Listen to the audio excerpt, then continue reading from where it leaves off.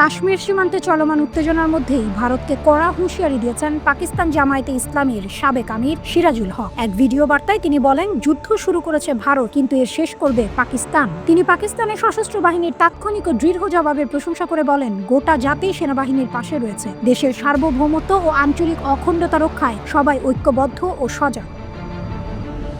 সিরাজুল হক আরও বলেন, পাকিস্তান শান্তি চায়, কিন্তু জাতীয় স্বার্থে কোনো ধরনের আগ্রাসন মেনে নেওয়া হবে না। ভারতের এই উস্কানিমূলক পদক্ষেপ তাদের নিজেরই সর্বনাশ ডেকে আনবে। উল্লেখ্য, মঙ্গলবার দিবাগত রাতে ভারত পাকিস্তানের কোটলি, বাওয়ালপুর, বাগ, মুরিদকে ও মুজাফফরাবাদে ক্ষেপণাস্ত্র হামলা চালায়। এতে অন্তত 8 জন নিহত হন, যাদের মধ্যে শিশু ও নারীও রয়েছে। পাকিস্তান একে কাপুরুষোচিত হামলা বলে আখ্যায়িত করে তাৎক্ষণিক পাল্টা প্রতিক্রিয়া জানায়। পাকিস্তান প্রতিরক্ষামন্ত্রী খাজা আসিফ জানিয়েছেন, এই হামলার জবাবে পাকিস্তান অন্তত 5টি ভারতীয় যুদ্ধ বিমান গুলি করে ভূপাতিত করেছে। এর মধ্যে রাফায়েল এবং SU-30 মডেলের যুদ্ধ বিমান রয়েছে। পাশাপাশি পাকিস্তানি সেনারা সীমান্তবর্তী ভারতের ব্রিগেড সদর দফতরে হামলা চালিয়ে সেটি ধ্বংস করেছে বলে দাবি করেছে দেশটির নিরাপত্তা সূত্র। নিয়ন্ত্রণ রেখার দুদনিয়াল সেক্টরেও ভারতীয় সেনা চৌকি গুঁড়িয়ে দেওয়া হয়।